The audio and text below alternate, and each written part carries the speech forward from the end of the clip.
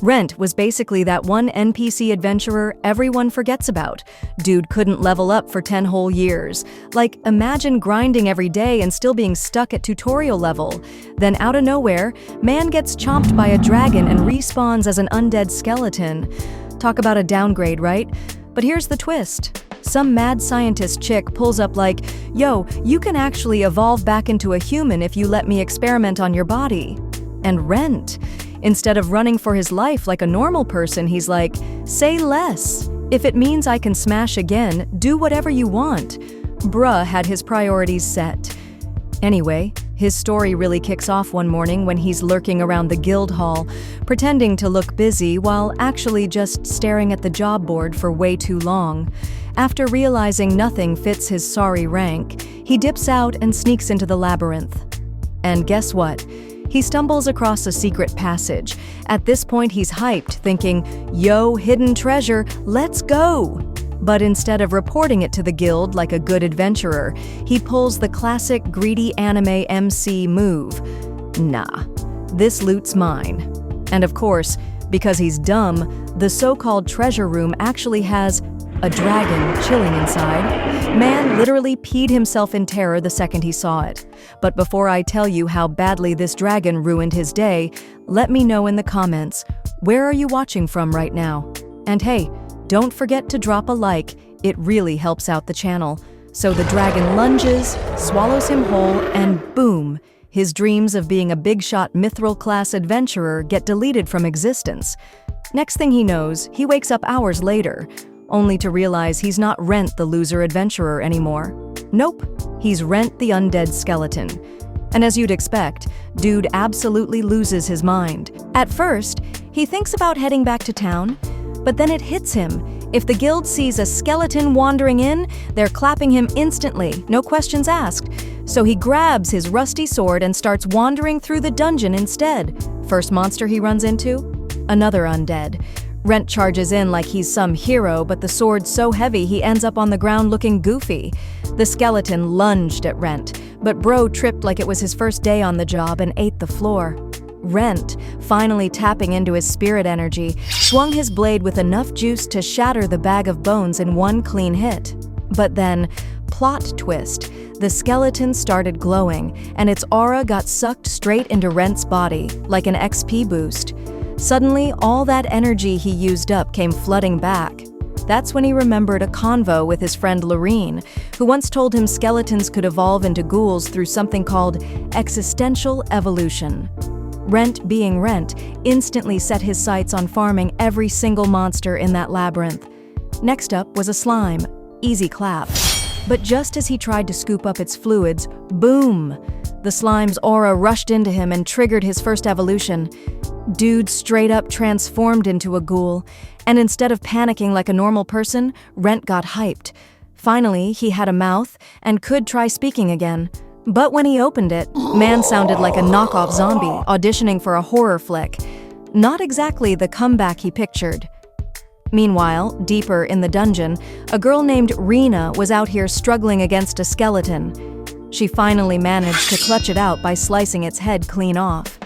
Rent, low-key watching from the shadows, was thrilled. First human he'd seen in ages. He almost went up to her, but then remembered. Yeah, he currently looked like the final boss of Walking Dead. Not the best first impression. Soon after, Rena ran into another skeleton that ambushed her. Things were looking bad. It snatched her sword, slammed her into a wall, and was about to end her quest right there. But then Rent came through with the hero entrance of the century. The skeleton ditched her and squared up with him, only to get sliced in half with one souped-up swing. Easy work. After the fight, Rent tried to check on Rena, but naturally, she freaked out. I mean, imagine being saved by someone who looks like Death's stunt double. He quickly dropped his sword and explained, in the clearest voice he could muster, that he wasn't trying to hurt her. Rent revealed he used to be an adventurer, now cursed as undead. Rena, grateful but still cautious, asked if he planned to unalive her. He reassured her that wasn't the case, and instead asked for her help. Specifically, some clothes so he could actually step foot in the city of Malt without being mistaken for an escaped horror prop. She suggested a robe to cover himself, and he handed her some coins to fetch it for him. She introduced herself to him before cautiously leaving the dungeon, promising she would repay the debt she owed. True to her word, Rina eventually returned with the package, and Rent was shocked that she had actually come back. When she handed him the cloak, he couldn't hide his delight. She also gave him gloves and boots, and Rent was stunned by how thoughtful she was. After slipping into his new fit, Rent realized how much easier it was to move compared to his old gear. He even thought he looked almost as cool as Credo, but when he caught his reflection in the mirror, his joy was crushed. His ghoul face was still fully exposed. Thankfully, Rina had one more surprise for him. A mask. The moment Rent brought it close to his face, it snapped onto him like a magnet. No matter how hard he tried, it wouldn't come off. Rina nervously admitted that she had bought it cheap from a market stall, which meant it was likely cursed. She apologized, but Rent reassured her that it was fine. After all, he needed something to hide his face anyway. The two returned to Malt together. Once inside the city, Rina tried to ask Rent what his plan was, but before she could finish, he vanished, leaving her to search for him. From a high vantage point, Rent watched her, quietly deciding to find her again only when he looked more human. That night, he went to Lorraine's home, where he found her napping on the sofa. He woke her and revealed his ghoul body. Lorraine was startled, but instead of panicking, she calmly asked what had happened. Rent explained everything, including the dragon and his transformation. Though she admitted she had never read or heard of anyone being eaten by a dragon and turning undead, she believed his story, simply because his current appearance was proof enough. Rent was impressed by how composed she was, even as he stood before her looking like a charred corpse. Lorraine asked if he was truly still Rent. After a pause, he confessed that he didn't know. She smiled faintly, saying that was exactly the kind of answer Rent would give. Then, she asked what he intended to do next. Rent declared that he would continue chasing his dream of becoming a Myethil adventurer, but he knew he couldn't show himself at the guild like this. Lorraine thought for a moment, then offered to accept jobs in his stead. She also allowed him to stay at her home, since no inn would take him in his current state. When Rent asked if she was certain, she agreed, but made one condition: he had to help with her research.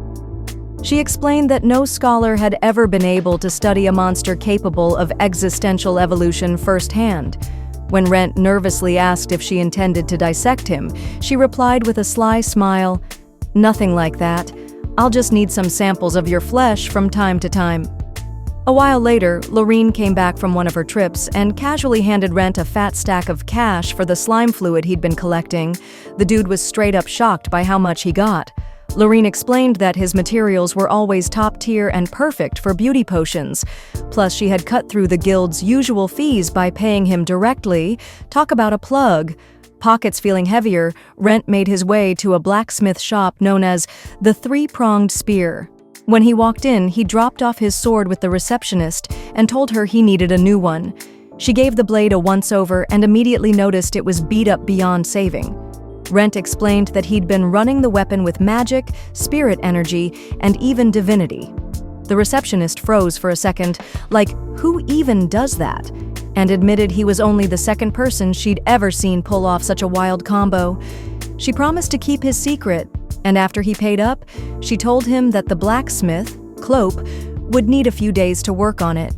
Oh, and heads up, Clope would probably want to have a few chats with him while hammering out the new blade. Rent just shrugged it off, saying he didn't mind the wait and that if Clope ever needed to reach him, the blacksmith could just hit up Lorraine. Easy fix. Meanwhile, Lorraine was buried in her books, diving deep into research. She stumbled across some creepy lore, ghouls. Turns out, they're basically the tank version of lesser undead, insanely durable, to the point where even chopping their heads off won't always finish the job. And get this, they've got a nasty preference for meat, especially human flesh. Most of them hang around labyrinths, making those places even more of a nightmare. But the real kicker? Her book said that sometimes when a high-level monster messes with humans, it can twist them into these undead freaks.